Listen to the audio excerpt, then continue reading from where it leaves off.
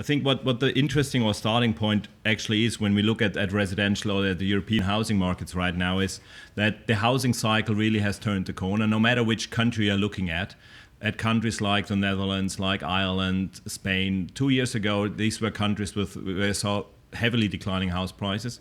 If you look at the markets right now, they have stabilized, they have turned the corner, and that also is part of the challenging environment for the investor, because we have to keep one thing in mind. Resi was very attractive for a lot of developers, multifamily housing, rented residential, as an exit route for developments that were for sale originally and they couldn't find a buyer. With the house prices now turning, it's getting more tricky for investors to really find product, as developers are more likely to actually bring their buildings to the for sale market as they have done in the past. Another thing I want to point out, which we found very interesting and which is possibly a little counterintuitive in the first place, is when you look at rental growth in Europe in the residential market, you see rental growth in nearly every city. On the other hand, we have this urbanization story, and everybody is trying to focus on population and migration patterns to the cities. But when it comes to explaining rental growth on a European scale, we looked at 62 cities, you figure out very quickly that actually population growth is not the main driver of rental growth we see in the markets. On average, on the European side, you see on the left-hand side, there's no correlation with it. Then we digged a little deeper and looked at France and Germany on the top 20 cities in each country. France has no relation between rental growth and population growth. In Germany, at least 25% of rental growth can be explained by population growth. And that's the importance that regulation has in the residential markets. And that's the importance why you really have to understand what's going on the ground. Because in France, with this strong rental regulation based on these rental index compiled by the Statistics Institute, you simply cannot raise rents more than the index allows. And that is it, no matter how much the population and demand growth is going in the cities. So that's also the point. If you look at a pan-European scale, want to make pan-European investments, you really need to understand on the ground what's going on in these markets.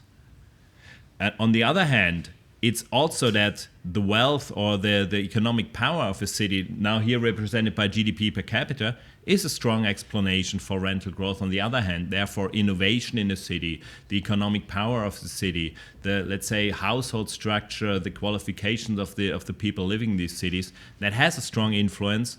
But the demographic influence is much more indirect than simply looking at headline figures. So the strategy is much more about understanding the details behind the headline figures than about the simple headline figures. Overall, you have to say, I don't want to dig into detail, Resi is still an attractive investment for institutional investors compared to the local 10-year government bonds. Bond yield spreads are very high, and I don't want to dig too much in detail for Jan's presentation, but we looked at this in Germany, and if you see on the bottom right-hand side, the bond yield gap for the more than 100 cities we analyzed in Germany, and you see it's a historical height you have on the bond yield gap, mainly driven by the low bond yields, not so much by the low Resi yields, but that gives a lot of room also going forward what will happen to prices. Because my view is we can expect that bond yields will not go up tremendously in the next 2-3 years, even possibly on a longer term horizon. So that will be one of the points what we can see going forward. So overall, what do we expect for the next 5 years? Yes, we have a decent income return. That's something between 3 and 4%. Sorry for the German legend, but I have forgotten to translate it. So we have a decent income return between 3 and 4%. Capital growth will be more important than it has been in the last five years, I would say. But capital growth in general will be only between, I would say, 1.5% and 4%.